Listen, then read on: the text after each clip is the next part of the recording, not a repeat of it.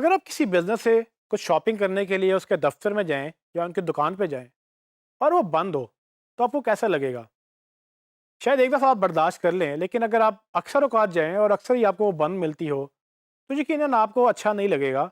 लेकिन अगर वैसे ही आपको एक और दुकान मिल जाए या एक और ऑफिस मिल जाए जो आपकी वही नीड पूरी कर सके और वो हर वक्त खुला रहता हो, तो आप किस पर ज़्यादा जाना पसंद करेंगे? उस दुकान पर जिसका आपको पता नहीं है कभी चलती है कभी नहीं चलती, या उस दुकान पर जो आपको पता है कि जब भी जाओ तो वो आपको ओपन ही मिलेगी? तो यकीनन आप उसी पे जाएंगे जो आपको ज़्यादा ओपन मिलेगी। और इसी तरह से गूगल भी ये देखता है कि आपकी वेबसाइट चल रही है या नहीं चल रही। इसको हम बोलते हैं अप टाइम। इस पे हम अभी बात करते हैं, लेकिन इसके साथ ही एक और चीज़ इंपॉर्टेंट है, वो है सिक्योरिटी। तो फॉर एग्जांपल अगर आप किसी दुकान पे जाएं या ऑफिस में जाएं और वहाँ पर वो लोग ना हो जो एक्चुअली ऑफिस वाले हैं, वहाँ पर कोई और लोग बैठे हों, तो आपको कैसा फील होगा? यकीनन आपको बुरा लगेगा, क्योंकि आपको नहीं पता कि ये कौन लोग हैं और आपको नहीं पता कि ये यहाँ पर क्या कर रहे हैं। सो आपको ये लगेगा कि ये बेसिकली एक जरगमाल उन्होंने बनाया हुआ है। इसी तरह से अगर आपकी वेबसाइट हैक हो जाए और यूज़र अगर आपकी वेबसाइट पे आए और वो कंटेंट हैक्ड कंटेंट होगा, आपका कंटेंट नहीं होगा, तो वो डरेगा भी और वो आपको छोड़ के भी चला जाएगा। सो गूगल भी इन दोनों चीज़ों को बहुत इंपॉर्टेंस देता है कि आपकी वेबसाइट कितनी डाउन होती है या नहीं होती और आपकी वेबसाइट कितनी सिक्योर है। तो पहले बात करते हैं अप टाइम की। सो अप टाइम बेसिकली, जैसे कि हमने बिजनेस की बात की, अप टाइम आपकी वेबसाइट अगर चल रही है तो वो जब यूज़र विजिट करे उसको, तो क्या वो चल रही है उस वक्त या नहीं चल रही, इसको बोलते हैं कि आपकी वेबसाइट डाउन तो नहीं है।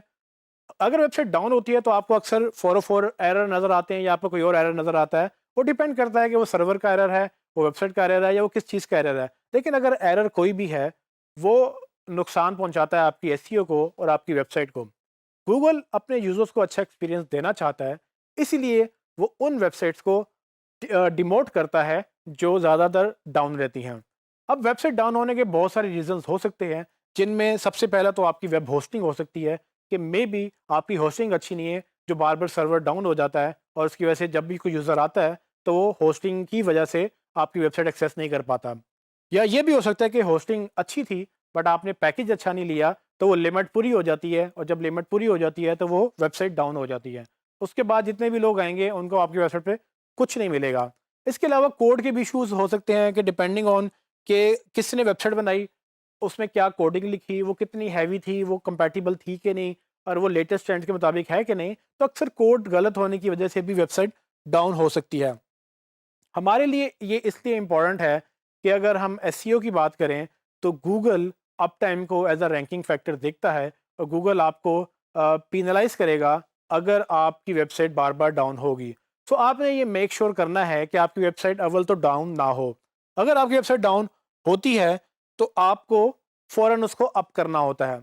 अब ये पता कैसे चले कि वेबसाइट कब डाउन हुई है और उसको कैसे अप करना है? इसके लिए टूल्स मौजूद हैं। आप कोई भी ऑनलाइन फ्री सर्विस यूज़ करके खुद को अलर्ट जनरेट कर सकते हैं। वो फ्री सर्विस क्या करते हैं, वो बेसिकली आपको फ़ौरन एक अलर्ट भेजते हैं जब उनको लगता है कि आपकी वेबसाइट डाउन हो गई है और वो चल नहीं रही। एक टूल मैं आपको बता देता हूँ, अप ट्रेंड्स के नाम से। ये अप ट्रेंड एक फ्री सर्विस मुहैया करते हैं, जिसको अगर आप साइन अप कर लें और अपनी वेबसाइट का नाम दे दें और ईमेल दे दें उनको, तो वो आपको मॉनिटर करते रहेंगे आपकी वेबसाइट को, और वो आपको फ़ौरन से आगाह करेंगे। एक अलर्ट आपकी ईमेल पे आ जाएगा कि आपकी वेबसाइट कब डाउन हुई और अगर वो वापस आई है या नहीं आई। इससे आपको ये फ़ायदा होगा कि जैसे ही वेबसाइट डाउन होगी, तो बजाय इसके कि आपके हज़ारों लोग जो एक डाउन वेबसाइट के ऊपर विज़िट करते रहें और आपको 2 हफ़्ते पता ही ना चले कि आपकी वेबसाइट तो डाउन थी, आपको फ़ौरन से पहले पता चल जाएगा कि हाँ, अभी वेबसाइट डाउन हुई है, और उसको आप फ़ौरन से अपनी टीम से बात करेंगे या खुद आप उसको अप करेंगे। और उसके आप इश्यूज़ निकालेंगे, क्या इश्यू आ रहा है, उसको आप फ़िक्स करके उसको लाइव करेंगे। तो ये अप टाइम ऑन वेबसाइट का बहुत ज़रूरी है, और इसको आपने as a SEO ranking factor देखना है कि आपकी वेबसाइट डाउन नहीं होनी चाहिए। इसके बाद हमने सिक्योरिटी की बात की, तो सिक्योरिटी भी आपकी वेबसाइट के लिए बहुत इंपॉर्टेंट है, और इसको भी बेहतर बनाने के लिए 2-3 चीज़ें बहुत ज़रूरी हैं। इसमें सबसे पहली बात आपकी होस्टिंग के ऊपर ही आती है कि अगर एक अच्छा होस्ट होगा, तो वो सर्वर लेवल पे और वो अपने अकाउंट लेवल पे आपको सिक्योर करेगा। कोई उसका सर्वर को हैक नहीं कर लेगा।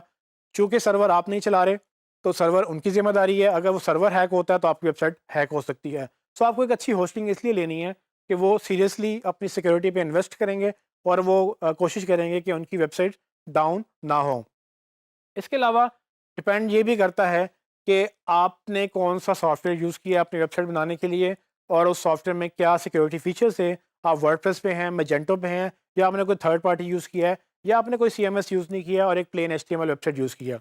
इन सब चीज़ों से भी फ़र्क पड़ता है कि आपने उसको अपडेट किया कि नहीं किया, कोई प्लगइन ऐसा तो नहीं डाला जो आपकी वेबसाइट हैक कर सकता है। Security is very important. अगर आपकी वेबसाइट हैक हो जाए और उस पे वो कंटेंट आपकी मर्ज़ी का ना हो और वो हैकर की मर्ज़ी का हो, तो गूगल के लिए वो एक परेशानी का बायस है। गूगल आपको पेनलाइज़ करेगा क्योंकि आपका कंटेंट अब नहीं रहा, वो एक हैकर का कंटेंट हो गया।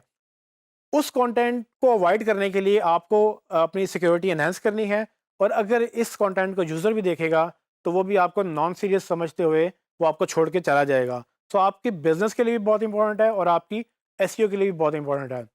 एक आखिरी चीज़ जो सिक्योरिटी में बहुत इंपॉर्टेंट है वो है SSL सर्टिफिकेट। अगर आप देखें तो अक्सर वेबसाइट के ब्राउज़र्स में HTTP लिखा हुआ होता है, और अक्सर के आखिर में HTTP के बाद S भी लिखा हुआ होता है।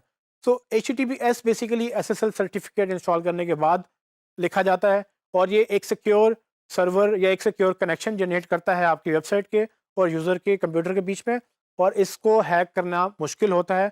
अक्सर लोग इसको भी हैक कर लेते हैं, लेकिन ओपन एंडेड जो HTTP है, जो हाइपर टेक्स्ट ट्रांसपोर्ट प्रोटोकॉल है, वो सब पब्लिक इन्फॉर्मेशन होती है। तो आपकी जो प्राइवेट इन्फॉर्मेशन है उसके लिए SSL इंस्टॉल करना बहुत ज़रूरी है। हमारे इस कोर्स में एक प्रॉपर हमने पूरा टॉपिक SSL के ऊपर रखा है, तो हम SSL की बात मज़ीद उस टॉपिक में करेंगे।